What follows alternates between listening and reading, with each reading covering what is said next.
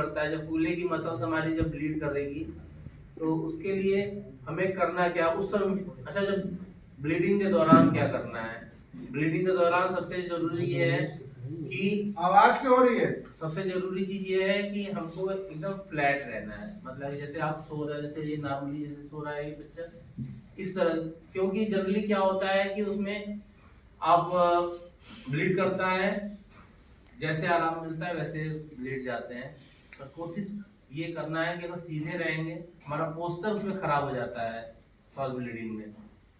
ठीक है, तो उसमें क्या है कि अगर आप स्ट्रेट रहते हो तो वो फ्रैक्चर लगने के बाद तो आपका पोस्चर अगर सीधा रहता है तो सही रहता है। अगर बेंड हो जाता है तो उससे बेंड होने से क्या होता है कि मसल्स के साथ वहाँ पे कई सारी नसें निकली होती हैं, तो नसों में जब क्लॉटिंग हो जाती है तो सूनापन आ जाता है, झुंझुनाहट। फिर वो कई लोग को कंप्लेन आती है कि ब्लीडिंग हुआ था यहाँ पे, फिर पैर में सूर्या जो है ना, सूर्या जानते हो ना तुम लोग, सूर्या का भी वही समस्या है। और झुंझुनी आता है या फिर सूनापन है, कुछ पता नहीं चलता है।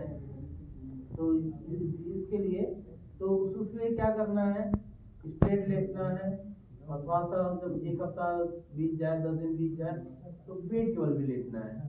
सिर्फ पेट केवल लेट के, और पेट पर तुरंत नहीं लेट पाएंगे तो उल्टा लेटो जरा। उल्टा लेटने के बाद तकिए को इस तरह से यहाँ पे लगा देना है, यहाँ पे जैसे इस तरह हल्का सा ये, समझे? क्लियर? जिसको ना समझ आए पूछ सकता है। ठीक है, तो इस तरह से जब लगा दोगे ना तो एक तो सपोर्ट रहता है इससे, दूसरा मसल्स ओवर स्ट्रेच नहीं होंगे। ज्यादातर ब्लीडिंग ओवर स्ट्रेच की वजह से भी हो जाता है। मसल में खिंचाव। हाँ, मसल में खिंचाव। ठीक, सीधा हो। ठीक है, अभी जितना बताया सबको क्लियर हो गया?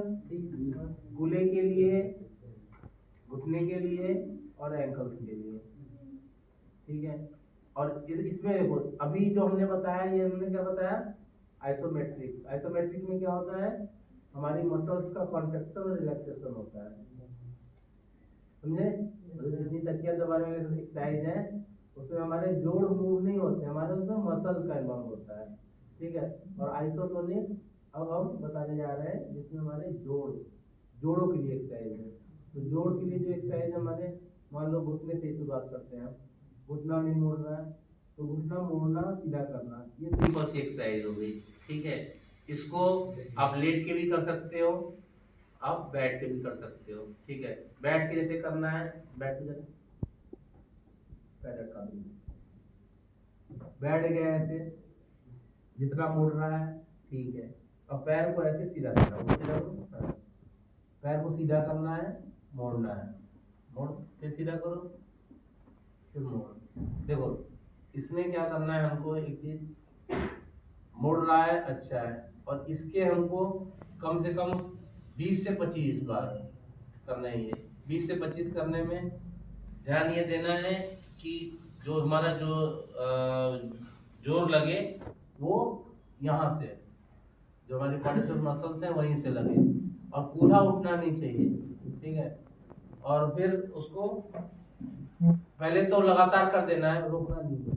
फिर उसके बाद मसल्स में पावर आने के लिए, अभी जैसे ये जॉइंट जिनके फ्री हैं ये उनके लिए है, और जिनके जॉइंट ब्लॉक है उनके लिए क्या करना है हमको कि इसी एक्सरसाइज में थोड़ा सा प्रेशर भी देना है। जैसे मान लो सीधा करो, जैसे सीधा कर रहे हैं तो थोड़ा सा और जोर लगा के और सीधा कर देना है। जिनका ब्लॉक है और जिनका मोड़ नहीं रहा है उनको भी मोड़ने के लिए फिर थोड़ा सा और प्रेशर देके मोड़ना है। और फिर मसल्स के स्ट्रेंथ के लिए वेट बांध देना है इसमें, आधा किलो से शुरुआत करना है जनरली। अगर पहली बार लगा रहे हैं तो आधा किलो वजन ज्यादा है, आधा किलो वजन बांध के ऊपर उठाना है और धीरे धीरे उठाना है, धीरे धीरे नीचे ले जाना है। उससे क्या होगा कि मसल्स का पूरा इन्वॉल्वमेंट होगा उसमें, मसल्स का पूरा जोर लगेगा सीधा होने में, मोड़ने में।